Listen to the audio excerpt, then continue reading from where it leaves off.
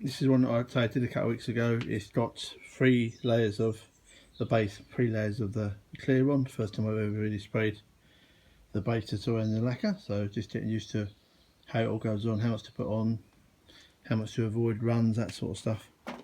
Let it dry for 2 weeks and then I'm going to try and attack it to do a little bit of polishing. So I've done a bit the other day, which I'll show in a minute on it.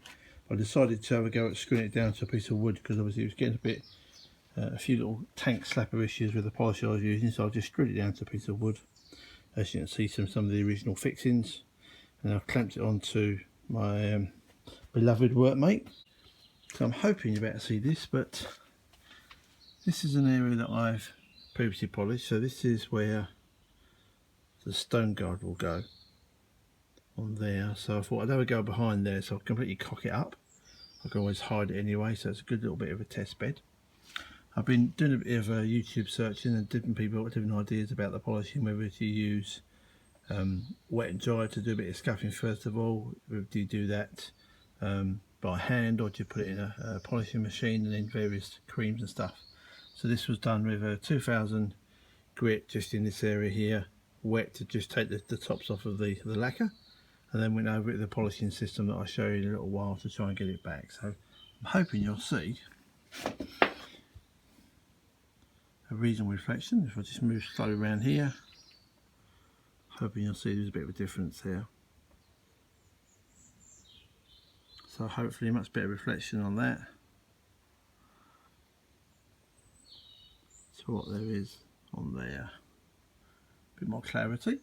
So I'm going to try a bit more. I'm going to try to go around the rest of the arch later on. So what I've been using is just a standard polisher. Obviously with a, I think it's a 16mm spigot. You just screw on various attachments.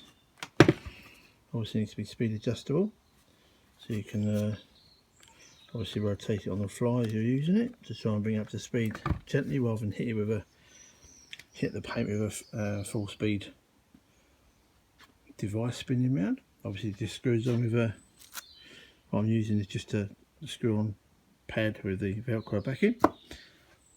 Again, doing a bit of research, so 3M's, most people know, is make really good products. So this is one of the ones that's been recommended in the past. Obviously you use the appropriate pad, colour pad, just to the bottle.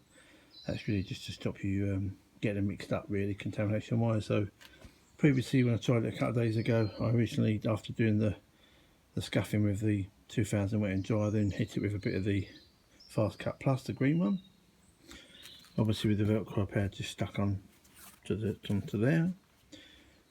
Did that a couple of times. Literally I went up and down and then that way there as well, cleaned it, did the same again a couple of times, and then literally switched over to the yellow with the waffle pad and did exactly the same. So it probably took me about 25 minutes to do what I've done already. There is obviously, as you can see, the ultra fine SE with an appropriate blue pad as well, and other people use the mutton type pads as well as the foam ones, so everyone's got their own ideas. It's always going to be quite time consuming, so as the panels dry over a couple of days, a couple of weeks after spraying, I'm going to try and progress, see how I get on to bring them up to a reasonable finish. I'm not going to try and get rid of all the orange peel, just want to get them presentable.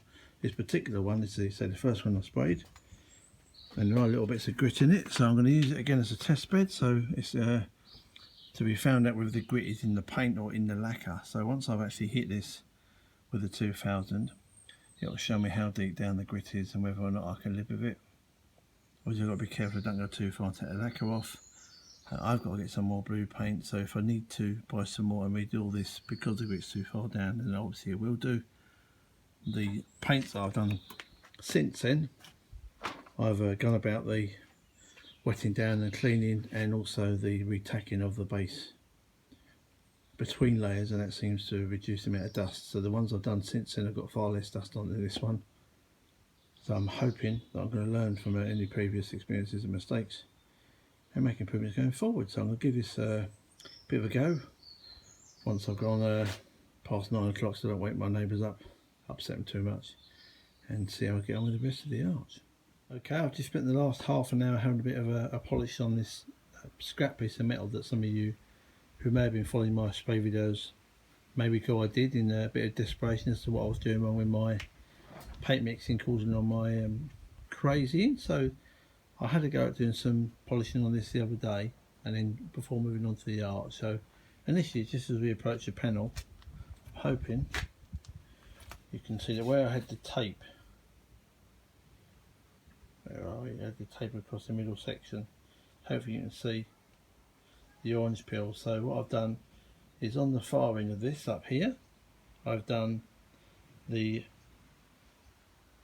yellow and green polishing, and then on this bit here I've done the yellow, green and also the blue polishing, and then I pulled the tape off in the middle to sort of see what the difference is.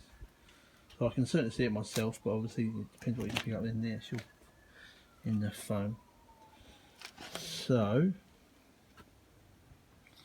this is the area that I've actually polished with all three colours. So the clouds look nice and reflective. Hopefully you can see my finger in there.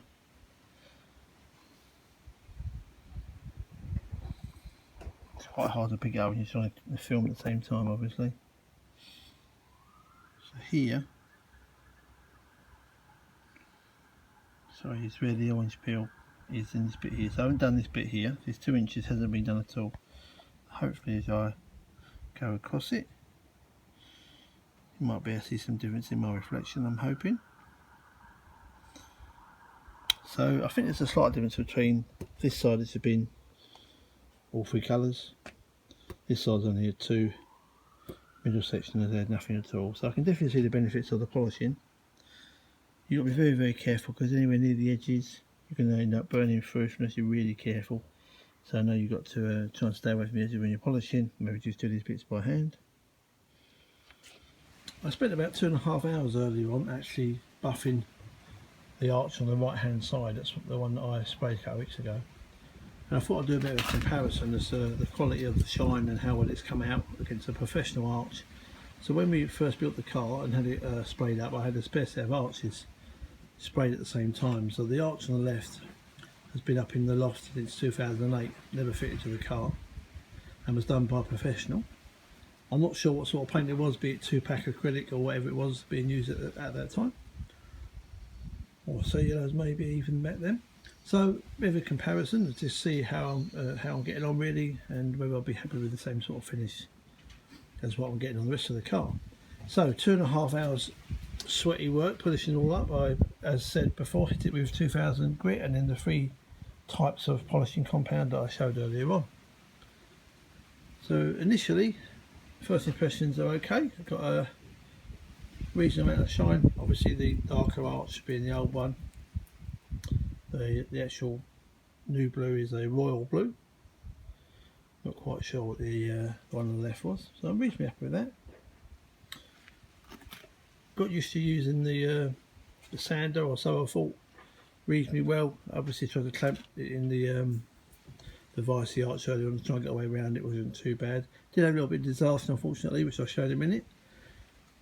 But as I said, I've actually virtually run out of the royal blue, and the intention is to try and order some more up next week. Hopefully I'll get the same shade. If I don't, then I'll just have to make sure we paint all the things that I want to be that royal blue the same colour. So did have a bit of mishap unfortunately.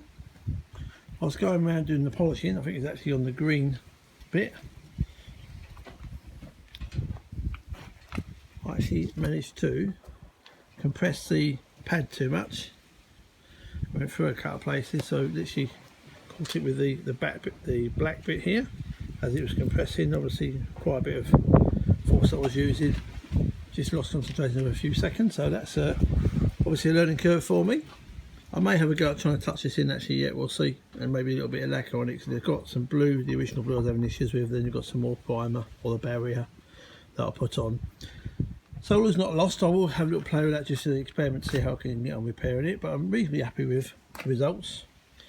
There's no more orange peel on the panel than there is on the professional one, so if I can get the rest of the car looking like that, I'll be reasonably happy. But that being that 2.5 hours, you've got to really be looking at a couple of days to do the complete car, and hopefully I'll progress with less incidents.